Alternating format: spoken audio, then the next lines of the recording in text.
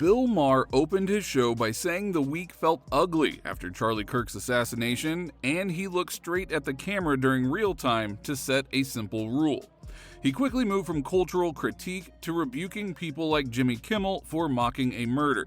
Maher argued that late-night hosts carry a responsibility when a political figure is killed. He pointed to Kimmel by name and described that behavior as a failure of basic decency. He insisted that free expression still has limits of judgment when a person dies in violence. He tied the moment to a larger mood in Hollywood and in media.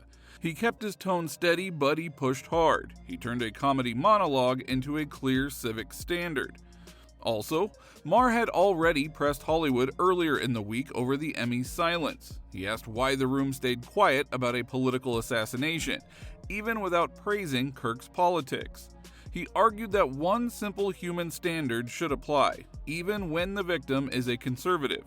He added that a kind word about Kirk would have been booed off the stage. Deadline and The Hollywood Reporter carried notes that he condemned people who mocked the death on air. He used that Emmys gap to define the norm that he expected from his peers. He said someone with a microphone should have said something humane. He treated that as a test the industry failed. That matters because the Emmy silence set up his on-air challenge to Kimmel. Maher then delivered his core argument and addressed late night directly. He stated, "We don't mock their death," and he aimed those words at the week's late night behavior. He told viewers that Kimmel was wrong about Kirk and that a murder ends the jokes. He said sneering at a killing is not comedy even in a polarized era. He urged colleagues to remember the line between attacks on ideas and disdain for the dead. He called on hosts to keep standards when politics get heated. He pushed the point with short, careful sentences. He made Kimmel the example of what crossed the line. A Daily Beast piece said Maher pushed the line between satire and cruelty. The piece noted that he challenged late night to treat death as off-limits, even for a rival ideology. He did not ask comedians to stop criticizing Kirk's positions. He asked them not to laugh at a killing. He drove the difference between argument and dehumanization. He used Kimmel's name so the line would be clear to the audience. He left no doubt whom he had in mind. He said the boundary was about decency, not censorship. This explains why people reacted strongly. However, Maher also pushed back on MSNBC's Matthew Dow, who framed violent outcomes as the natural result of awful words. He called that link irrelevant and rejected the idea that insults justify murder. He argued that Americans do not shoot people to win debates and should not excuse it. He said that logic destroys the moral line he tried to hold.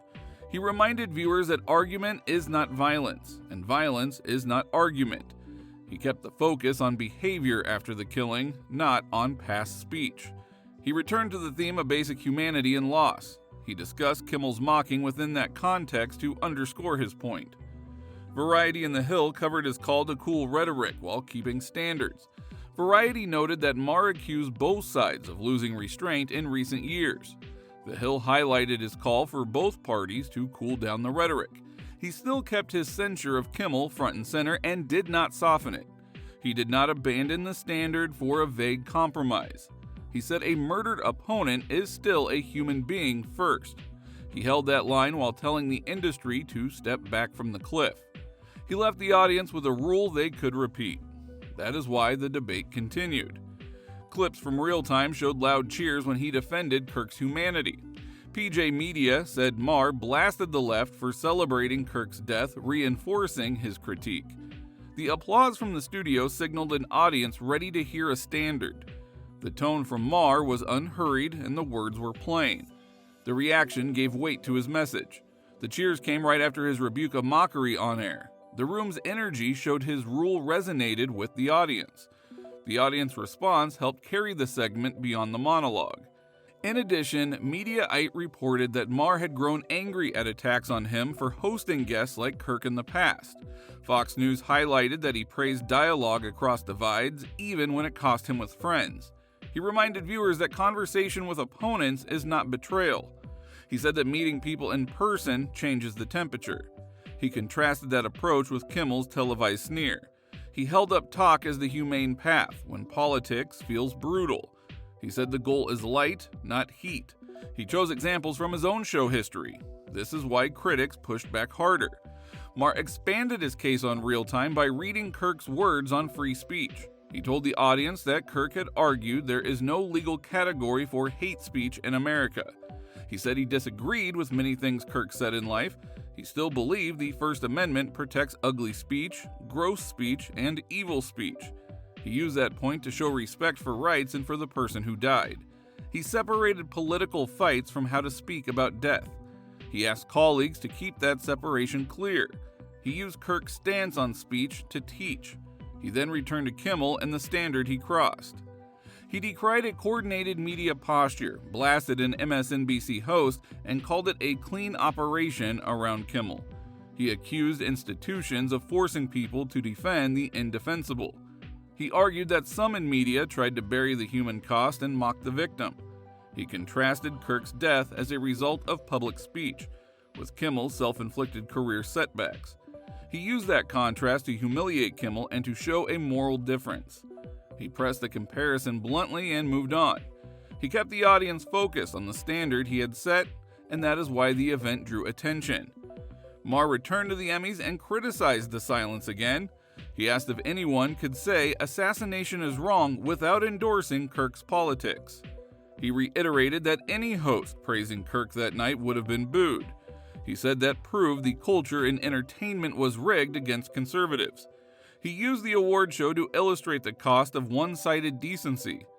He kept his tone calm and let the example carry the argument. He tied his Kimmel rebuke to that broader culture argument, and he repeated the point for clarity, making the message unmistakable. This explains why leaders stepped in. With that, he ended where he began, with responsibility on live television. He moved from jokes to a standard that comedians should not mock a murder.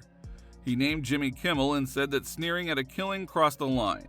He argued that free speech does not mean laughing at a violent death. He asked Hollywood to show basic decency when a political figure is murdered. He told the audience that politics does not erase humanity. He left the stage after setting a boundary his peers could understand. He made the rules simple enough to repeat. His rebuke set a standard for late-night culture after Charlie Kirk's death.